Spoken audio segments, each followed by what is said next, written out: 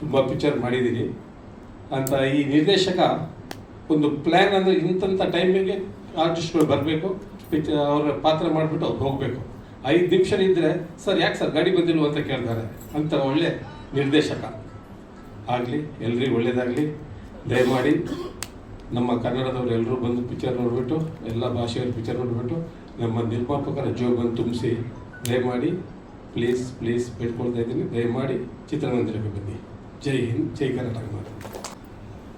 ಈ ಒಂದು ಸಂಜೆಯ ಸವಿರುಚಿಯ ಕಾರ್ಯಕ್ರಮದಲ್ಲಿ ನೆರೆದಿರುವಂತಹ ಮಾಧ್ಯಮದ ಎಲ್ಲ ಮಿತ್ರರಿಗೂ, ನಿರ್ದೇಶನದ ತಂಡದವರಿಗೂ, ಬ್ಯೂಟಿ ಚಿತ್ರದ ಎಲ್ಲ ಕಲಾವಿದರಿಗೂ, ತಂತ್ರಜ್ಞರಿಗೂ ಚಕ್ರವರ್ತಿ ದಾವಣಗೆರೆಯ ಶಿರಸಾಷ್ಟಾಂಗ ನಮಸ್ಕಾರಗಳು. ತಾವೆಲ್ಲರೂ ಕೂಡ ಈ ಒಂದು ಬ್ಯೂಟಿ ಚಿತ್ರದ ಈ ಒಂದು ಪತ್ರಿಕಾಗೋಷ್ಠಿ ಮತ್ತು ಟ್ರೈಲರ್ ಲಾಂಚ್ ಕಾರ್ಯಕ್ರಮಕ್ಕೆ ಎಲ್ಲರೂ ಆಗಮಿಸಿದ್ದೀರಿ. ತಮ್ಮೆಲ್ಲರಿಗೂ ಸ್ವಾಗತವನ್ನು ಕೋರ್ತಾ ಇದ್ದೇನೆ. ನನಗೆ ಮೊಟ್ಟ ಮೊದಲ ಬಾರಿಗೆ ಈ ಒಂದು ಚಲನಚಿತ್ರದಲ್ಲಿ ಅಭಿನಯ ಮಾಡಲು ಅವಕಾಶ ಕಲ್ಪಿಸಿದಂತಹ ಸನ್ಮಾನ್ಯ ಶ್ರೀ ನಿರ್ವಾಹಕರಾದಂತಹ ಹೇಮಂತ್ ಸರ್ ಅವರಿಗೆ ನಾನು ತುಂಬ ಹೃದಯದ ಧನ್ಯವಾದಗಳನ್ನು ಅರ್ಪಿಸ್ತಾ ಇದ್ದೇನೆ. ಹಾಗೂ ನನ್ನಲ್ಲಿರುವಂತಹ ಒಂದು ಅಲ್ಪ ಕಲೆಯನ್ನು ಗುರುತಿಸಿ ನನಗೆ ಒಂದು ಅದ್ಭುತವಾದಂತಹ ಪಾತ್ರವನ್ನು ನಿರ್ವಹಣೆ ಮಾಡಲಿಕ್ಕೆ ನನಗೆ ಅವಕಾಶ ಮಾಡಿಕೊಟ್ಟಂತಹ ನನ್ನ ದಿಗ್ದರ್ಶಕ ಮಹೋದಯರಿಗೆ, 3 ಹೊತ್ತು ಊಟ ಹಾಕಿ ರುಚಿಕರವಾದಂತಹ ಅಡುಗೆಯನ್ನು ಉಣಬಡಿಸಿದಂತಹ ನಮ್ಮ ಅನ್ನದಾತರು ನಮ್ಮ ಎದುರುಗಡೆ ಕೂತಿದ್ದಾರೆ.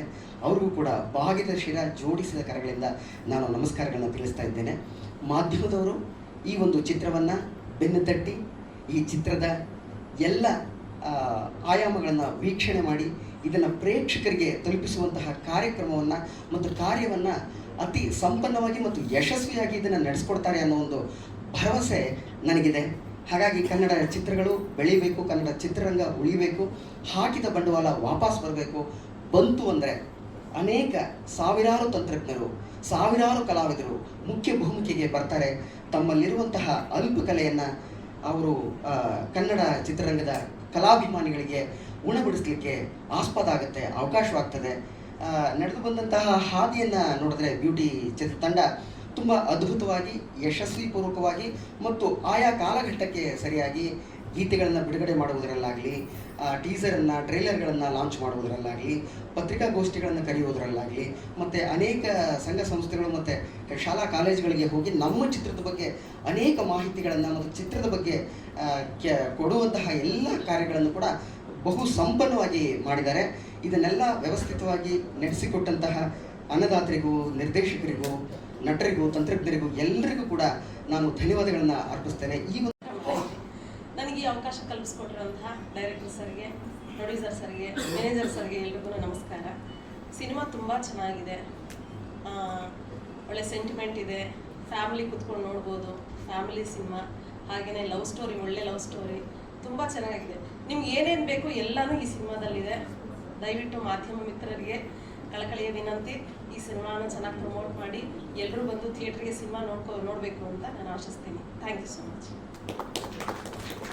ಎಲ್ಲರಿಗೂ ನಮಸ್ಕಾರ. ಮೊದಲನೇದಾಗಿ ನಿರ್ಮಾಪಕರಿಗೆ ಮತ್ತು ನಿರ್ದೇಶಕರಿಗೆ ಮತ್ತು ನನ್ನ ಸಿನಿಮಾದಲ್ಲಿ ಕೆಲಸ ಮಾಡಿದಂಥ ಎಲ್ಲರಿಗೂ ನನ್ನ ಒಂದು ವಂದನೆಗಳು. ಹಾಗೆ ಏನು ಹೇಳಬೇಕು ಅಂತ ಬಯಸ್ತೀನಿ ಅಂದರೆ, ನಿರ್ಮಾಪಕರು ಮತ್ತು ನಿರ್ದೇಶಕರು ತುಂಬ ಕಷ್ಟಪಟ್ಟು ಸಿನಿಮಾವನ್ನು ಮಾಡಿರ್ತಾರೆ. ದಯವಿಟ್ಟು ನೀವು, ನಿಮ್ಮ ಫ್ರೆಂಡ್ಸು, ನಿಮ್ಮ ಅಕ್ಕಪಕ್ಕದವ್ರಿಗೆ ಎಲ್ಲರಿಗೂ ಹೇಳಿ ನಮ್ಮ ಸಿನಿಮಾ ಬ್ಯೂಟಿ ಅನ್ನೋ ಹೆಸರು ಹೇಗಿದೆಯೋ ಹಾಗೆ ತುಂಬ ಬ್ಯೂಟಿಫುಲ್ ಆಗಿದೆ. ಅದರಲ್ಲಿ ನನ್ನದೊಂದು ಪಾತ್ರ ತುಂಬ ಚೆನ್ನಾಗಿದೆ. ನನ್ನ ಪಾತ್ರ ಇವರ ಗೆಳತಿ ಪಾತ್ರ ಮಾಡಿದ್ದೀನಿ. ಒಂಥರ ಚೆನ್ನಾಗಿದೆ. ಸರ್ ಇನ್ಸ್ಪೆಕ್ಟ್ರು ಅವ್ರಿಗೆ ಒಂದು ಚಮಕ್ ಕೊಡುವಂಥ ಪಾತ್ರ. ನೋಡಿದ್ರೆ ಗೊತ್ತಾಗತ್ತೆ. ದಯವಿಟ್ಟು ಎಲ್ಲರೂ ಚಿತ್ರ ಮಂದಿರಕ್ಕೆ ಬಂದು ಸಿನಿಮಾ ನೋಡಿ ಅಂತ ಕೇಳ್ಕೊತೀನಿ. ನಮ್ಮ ಕನ್ನಡ ಉಳಿಸಿ, ನಮ್ಮ ಕನ್ನಡ ಸಿನಿಮಾನ ಬೆಳೆಸಿ. ನಮಸ್ಕಾರ. ನಿಮಗೆ ಅವಕಾಶ ಕೊಟ್ಟಂಥ ನಿರ್ದೇಶಕರು, ನಿರ್ಮಾಪಕರಿಗೆ ಹಾಗೂ ಕಾರ್ಯಕಾರಿ ನಿರ್ಮಾಪಕರಿಗೆ ನಮಸ್ಕಾರ. ಇದು ಆ್ಯಕ್ಚುಲಿ ಈ ಸಿನಿಮಾದಲ್ಲಿ ನನಗೆ ಒಂದು 5 ಸಾಂಗ್ಗಳು ನಾನೇ ಮಾಡಿದ್ದೀನಿ. ಆ ನಂಬಿಕೆಯಲ್ಲಿ ನನಗೆ ಸಾಂಗನ್ನು ಕೊಟ್ಟಿದ್ದಾರೆ. ನಾನು ಆ ನಂಬಿಕೆನ ಉಳಿಸಿದ್ದೀನಿ ಅಂತ ಅಂದ್ಕೊಂಡಿದ್ದೀನಿ. ನೀವೆಲ್ಲ ಅದನ್ನು ನೋಡಿ ಹರಿಸಿ. ಸಿನಿಮಾ ತುಂಬ ಚೆನ್ನಾಗಿ ಬಂದಿದೆ. ಬೇರೆ ಬೇರೆ ಕಡೆ ನಾವು ಶೂಟ್ ಮಾಡಿದ್ದೀವಿ. ಒಂದಷ್ಟು ಲೊಕೇಶನ್ಗಳು ತುಂಬ ಅದ್ಭುತವಾಗಿ ಮೂಡಿ ಬಂದಿದೆ. ನಿಮ್ಮ ಎಲ್ಲರ ಆಶೀರ್ವಾದ ನಮಗೆ ಇರಲಿ. Thank you so much. ರೀತಿಯ ಮಾಧ್ಯಮ ಮಿತ್ರರಿಗೆಲ್ಲ ನನ್ನ ಕೃತಜ್ಞತೆಗಳು. ನೀವಿಲ್ಲಿ ಬಂದು ನಮಗೆ ನಮ್ಮ ಒಂದು ಚಿತ್ರಕ್ಕೆ ನೀವು ಹಾರೈಸ್ತಿದ್ದೀರಿ. ಹಾಗೆ ನಾನು ಈ ಸಿನಿಮಾ ಬಗ್ಗೆ ಹೇಳೋದಕ್ಕಿಂತ ಮುಖ್ಯವಾಗಿ ಹೇಳಬೇಕಾದ್ದು ಇಬ್ಬರ ಬಗ್ಗೆ. ಒಬ್ಬರು ನಿರ್ಮಾಪಕರು ಮತ್ತು ನಿರ್ದೇಶಕರು. ನಿರ್ಮಾಪಕರು ನಿರ್ದೇಶಕರನ್ನ ನಂಬಿ ಇದಕ್ಕೆ ಹಣವನ್ನು ತೊಡಗಿಸಿದ್ದಾರೆ. ಸಾಮಾನ್ಯವಾಗಿ ನಾವು ನೋಡ್ತೀವಿ, ನಿರ್ದೇಶಕರನ್ನ ನಂಬಿ ಹಣ ತೊಡಗಿಸಿ ಆಮೇಲೆ ಕೈ ಕಾಲು ಸುಟ್ಕೊಂಡು ಹೋದವರು ಎಷ್ಟೋ ಮಂದಿ ಇದ್ದಾರೆ. ಆಮೇಲೆ ಎಲ್ಲ ಇಂಡಸ್ಟ್ರಿಯೇ ಬೇಡ ಅಂತ ಹೋದವರಿದ್ದಾರೆ.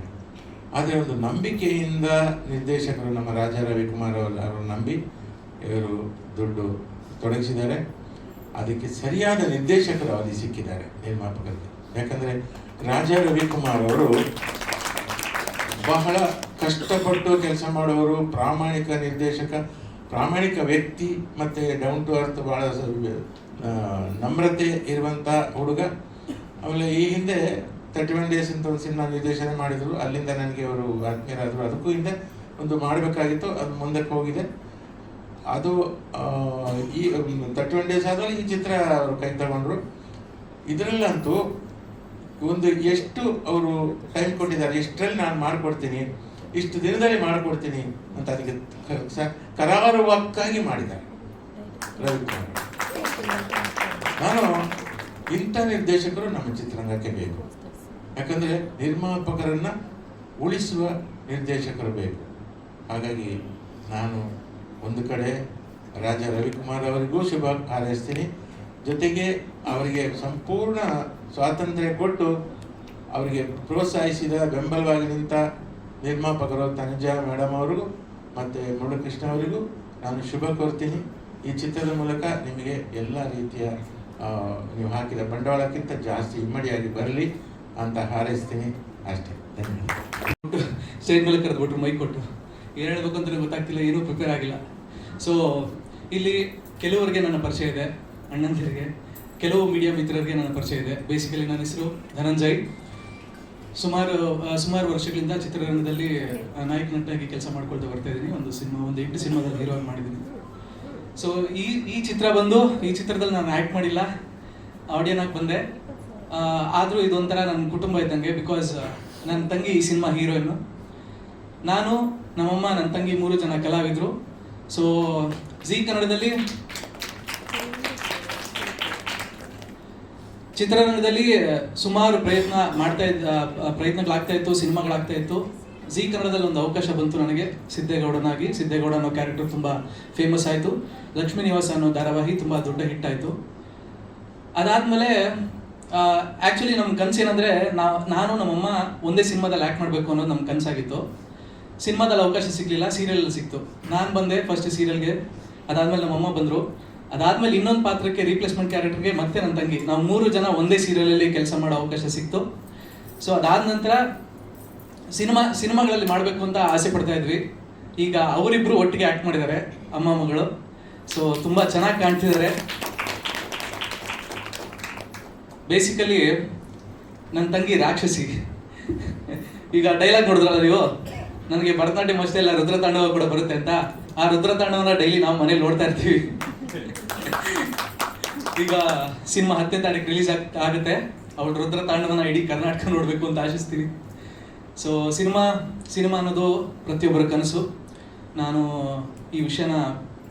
ಈ ಕನಸು ಅನ್ನೋ ಪದನ ನಾನು ಪ್ರತಿ ಸಲನೂ ಬಳಸ್ತೀನಿ. ಬಿಕಾಸ್ ಅದೊಂದೇ ನಮ್ಮನ್ನು ಮುನ್ನಡೆಯೋಕ್ಕೆ ಒಂದು ಪ್ರತಿ ಸಲ ಒಂದು ಪುಷ್ ಮಾಡ್ತಾ ಇರುತ್ತೆ.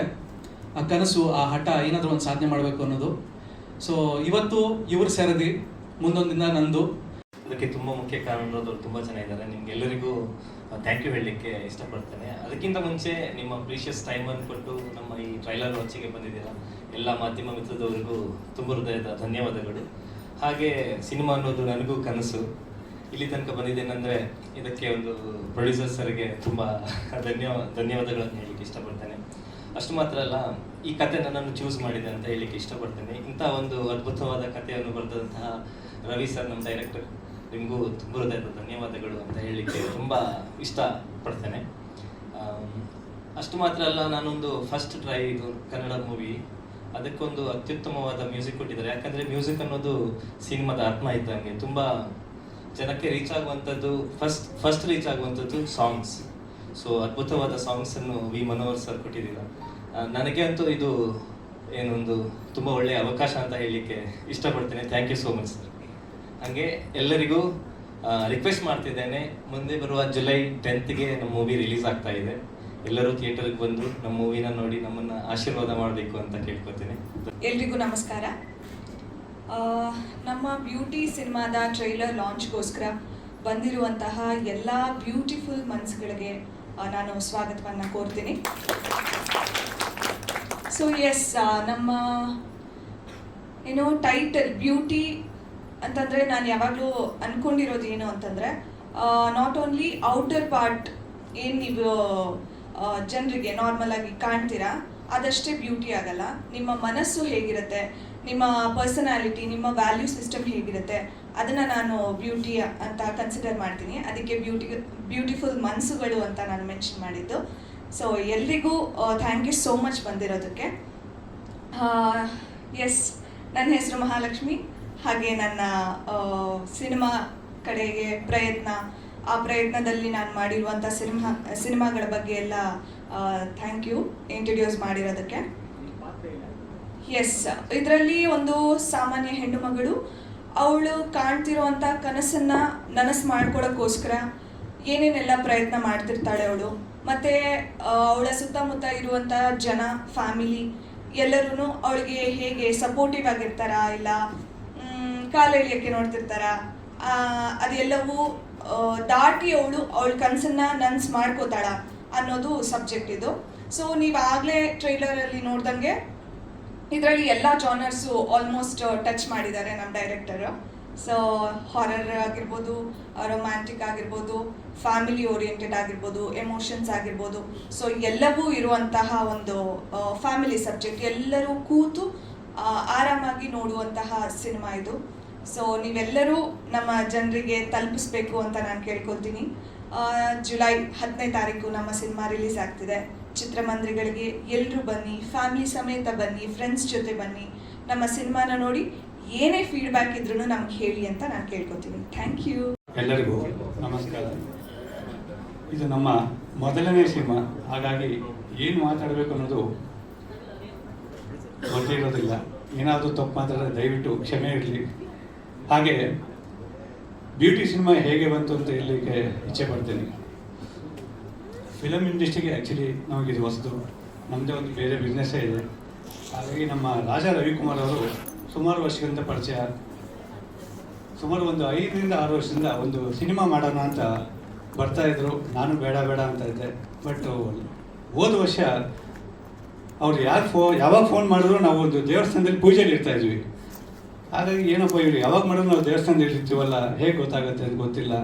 ಫಸ್ಟ್ ಸತಿ ಇಲ್ಲ ನೋಡೋಣ ಅಂದೆ, 2ನೇ ಸತಿನೂ ಹಾಗೆ ಅಂದೆ, 3ನೇ ಸತಿ ಮನಸ್ಸು ಬರಲಿಲ್ಲ. ನಾವು ಮೋಸ್ಟ್ಲಿ ಕಟೀಲು ದೇವಸ್ಥಾನದಲ್ಲಿ ಇದ್ದೀವಿ ಅನಿಸುತ್ತೆ. ಆಗ ಪೂಜೆಯಲ್ಲಿ ಇದ್ವಿ, ಅವ್ರೊಂದು ಫೋನ್ ಬಂತು, ಸರ್ ಇನ್ನೊಂದು ಸತಿ ಯೋಚನೆ ಮಾಡಿ, ಒಂದು ಒಳ್ಳೆ ಕಥೆ ಇದೆ ಮಾಡೋಣ ಅಂದರು.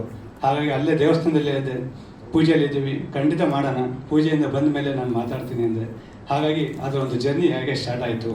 ಜೊತೆಗೆ ಅವ್ರಿಗೊಂದು ನನಗೆ ಒಂದು ಮಾತು ಕೊಟ್ಟಿದ್ರು, ಒಂದು ಲಿಮಿಟೆಡ್ ಪೀರಿಯಡಲ್ಲಿ ಲಿಮಿಟೆಡ್ ಬಡ್ಜೆಟಲ್ಲಿ ಮಾಡಿಕೊಡ್ತೀನಿ ಅಂತ ಹೇಳಿದರು.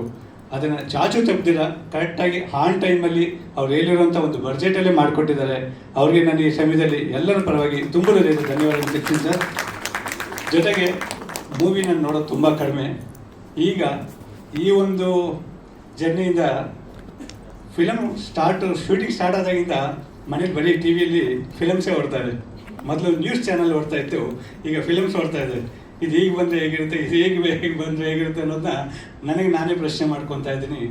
ಹಾಗಾಗಿ ನಾವು ಅಂದ್ಕೊಂಡಿರೋದಕ್ಕಿಂತ ತುಂಬ ಚೆನ್ನಾಗಿ ಬಂದಿದೆ. ಎಲ್ಲ ಕಲಾವಿದರುಗಳು ಕೂಡ ತುಂಬ ಚೆನ್ನಾಗಿ ಆ್ಯಕ್ಟ್ ಮಾಡಿದ್ದಾರೆ, ಹಾಗೆ ಒಳ್ಳೊಳ್ಳೆ ಕಡೆ ಶೂಟ್ ಮಾಡಿದ್ದಾರೆ. ಎಲ್ಲ ಕಡೆನೂ ಅದ್ಭುತವಾಗಿ ಮೂಡಿ ಬಂದಿದೆ ಅಂತ ಹೇಳಲಿಕ್ಕೆ ಇಚ್ಛೆ ಪಡ್ತೀನಿ. Thank you sir. ನಮ್ಮದು ಮ್ಯಾನುಫ್ಯಾಕ್ಚರಿಂಗ್ ಯೂನಿಟ್ ಇದೆ ಸರ್, ಜ್ಯುವೆಲ್ರಿ ಮ್ಯಾನುಫ್ಯಾಕ್ಚರಿಂಗ್ ಯೂನಿಟ್ ಇದೆ. ಎಲ್ರಿಗೂ ನಮಸ್ತೆ. ಇದು ನಮ್ಮ ಕಲ್ಪವೃಕ್ಷ ಪ್ರೊಡಕ್ಷನ್ಸ್ನ ಕನಸು. ಇದು ಆ ಕನಸನ್ನ ಇವತ್ತು ನಿಮ್ಮ ಮುಂದೆ ಇಡ್ತಾ ಇದ್ದೀವಿ. ನೀವೆಲ್ಲ ಸೇರಿ ನನಸು ಮಾಡಿಕೊಡ್ತೀರಾ ಅನ್ನೋ ನಂಬಿಕೆ ಖಂಡಿತ ಇದೆ. ಇದು ಎಲ್ಲರೂ ಕೂತ್ಕೊಂಡು ಫ್ಯಾಮಿಲಿ ಸಮೇತ ನೋಡಬಹುದಾದಂಥ ಚಿತ್ರ. ರವಿಕುಮಾರ್ ಅವರು ತುಂಬ ಚೆನ್ನಾಗಿ ನಿರ್ದೇಶನ ಮಾಡಿಕೊಟ್ಟಿದ್ದಾರೆ. ಮತ್ತು ನಾವೆಲ್ಲೆಲ್ಲಿ ಶೂಟಿಂಗ್ ಮಾಡಿದ್ದೀವಿ. ಫಸ್ಟು ನಮ್ದು ಕನ್ನಡ ಚಿತ್ರರಂಗದಲ್ಲೇ ಫಸ್ಟು ಕ್ಯಾಮರಾ ಸ್ಟಾರ್ಟ್ ಆಗಿರೋದು ನಮ್ಮ ಚಿತ್ರನೇ. ಎಲ್ಲಿ ಮೂಡಗಲ್ ಕೇಶವನಾಥ, ಅಲ್ಲಿ ಆ ಕೇಶವನಾಥನ ಕೃಪೆ ಇರುತ್ತೆ ಅಂತ ನಾವೆಲ್ಲರೂ ನಂಬಿದ್ದೀವಿ.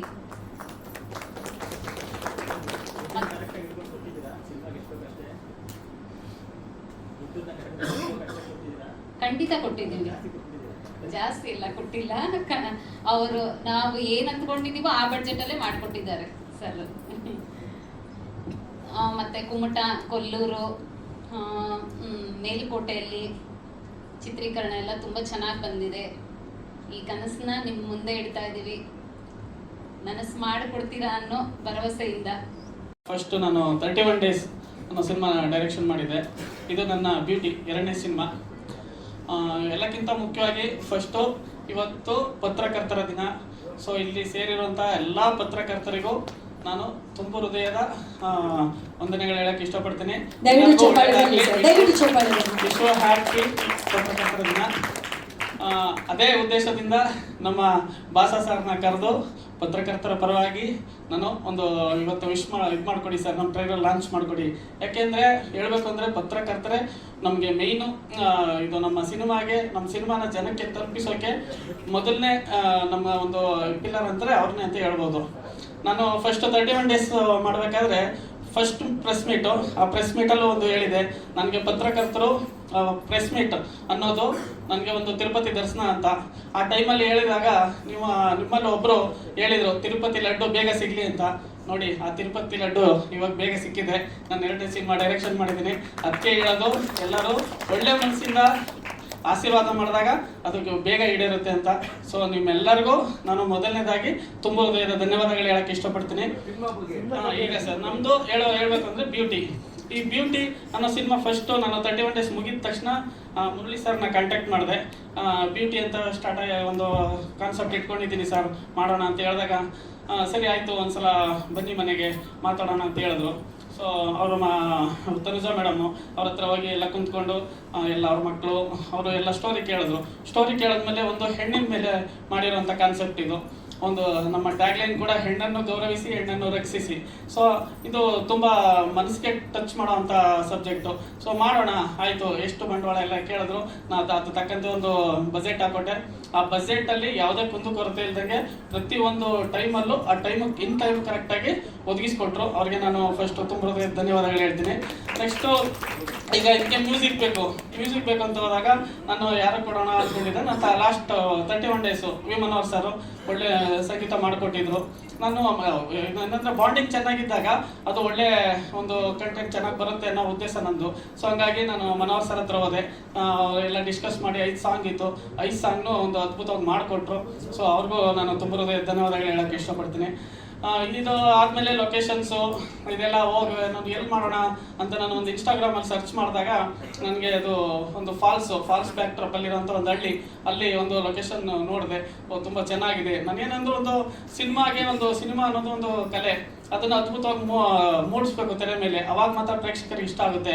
ಸೊ ಆ ಕಾರಣಕ್ಕೋಸ್ಕರ ನಾವು ಮೂಡಗಲ್ಲು, ಅದು ಕೇಶವನಾಥ ಟೆಂಪಲ್ ಆಗ್ಬೋದು, ಇದ್ರ ಹತ್ರ ಫಾಲ್ಸ್ ಆಗ್ಬೋದು, ಇದು ಕೊಲ್ಲೂರಿಂದ 25 ಕಿಲೋಮೀಟರ್ ಒಳಗಡೆ ಹೋಗ್ಬೇಕು. ಸೊ ಅಲ್ಲಿಗೆ ನಾವು ಟ್ರಾವೆಲ್ ಮಾಡಿ ತುಂಬ ಕಷ್ಟಪಟ್ಟು ಅದೆಲ್ಲ ಶೂಟ್ ಮಾಡ್ಕೊಂಡು ಬಂದು, ಅದಲ್ಲದೆ ಮೇಲ್ಕೋಟೆ ಮತ್ತು ಕುಮಟ ಇಲ್ಲೆಲ್ಲ ಶೂಟ್ ಮಾಡಿದ್ದೀವಿ. ಬೆಂಗಳೂರಿಗೂ ಸುತ್ತಮುತ್ತ ಶೂಟ್ ಮಾಡಿದ್ದೀವಿ.